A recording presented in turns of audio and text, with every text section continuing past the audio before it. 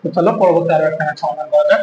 তো দেখো এই ম্যাথটা সেম আমাদের প্রমাণ করতে বলতে লেফট হ্যান্ড সাইড থেকে রাইট হ্যান্ড সাইড। তো দেখো এই পাশ থেকে এই পাশে আসলে কঠিন আমরা এটা জানি, তাহলে আমরা লেফট হ্যান্ড সাইড থেকে শুরু করব। তাহলে আমাদের সলভ।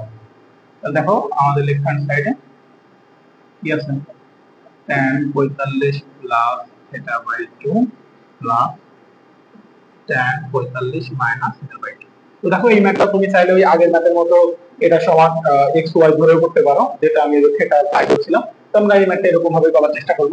তো দেখো যেহেতু আমাদের ওই পাশে cos আছে, তাহলে tan কে একটু কনভার্ট করি। তাহলে 2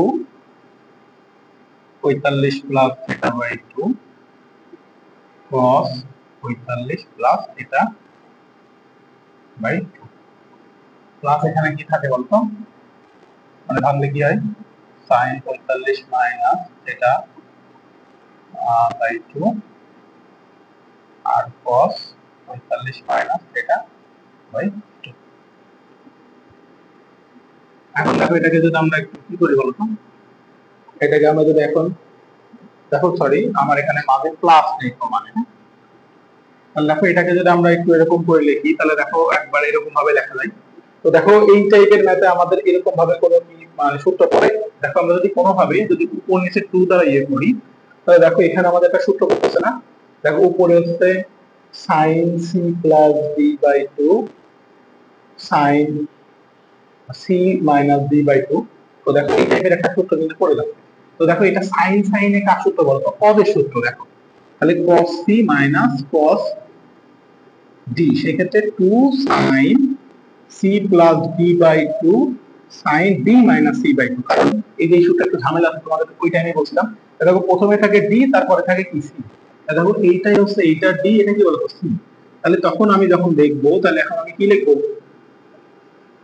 cos c মাইনাস d লিখবো। তাহলে c কার হবে, থিটা। তাহলে cos থিটা মাইনাস cos 45। আশা করি এটা তোমরা বুঝতে পেরেছো। দেখো এরকম সূত্র লিখেছি। আর দেখো এখানে তো প্লাস, তাহলে এখানেও তুমি এখন প্লাসের ক্ষেত্রে তুমি সামনে পেছনে যাই দাও সেটা কোনো সমস্যা নাই। আমি লিখলাম cos থিটা প্লাস cos 45। এখন দেখো cos 45 কে তুমি যদি ক্যালকুলেটরে চাপ দাও, তাহলে এখানে মান আসবে হচ্ছে √2।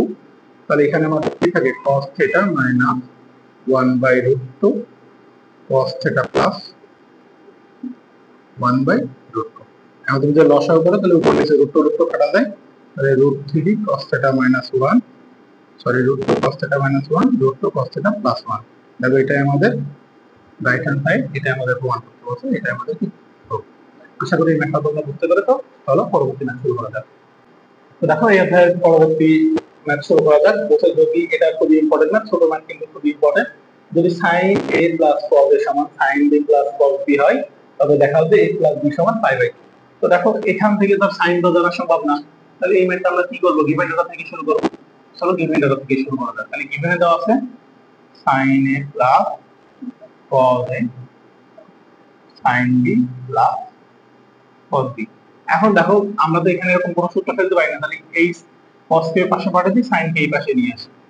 তাহলে sin a minus sin b cos b minus cos a।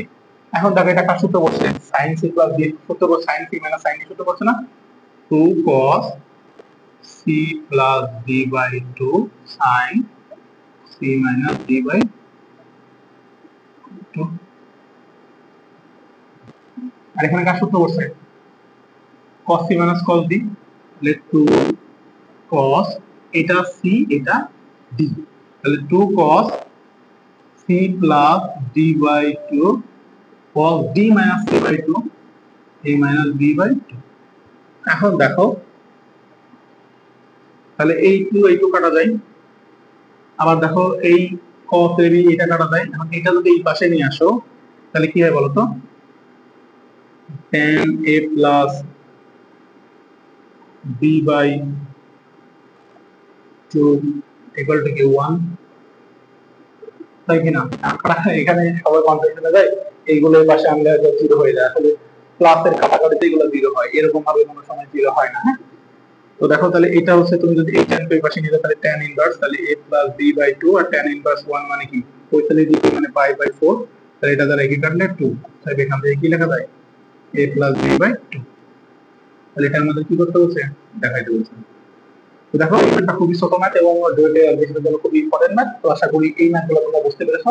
আনুমানিক এই ম্যাথগুলো বা এই টাইপের ম্যাথগুলো তুমি যদি এই অধ্যায় থেকে করো, এখন ষষ্ঠ অধ্যায় থেকে করো, তাহলে আশা করা যায় ডুয়েটের হলে তোমরা কমন পাবো। তো চলো আমরা পরবর্তী যে ভিডিওগুলো নিয়ে আসবে সেখানে আমরা সপ্তম অধ্যায় নিয়ে আলোচনা করবো। তো চলো শুরু করা যাক।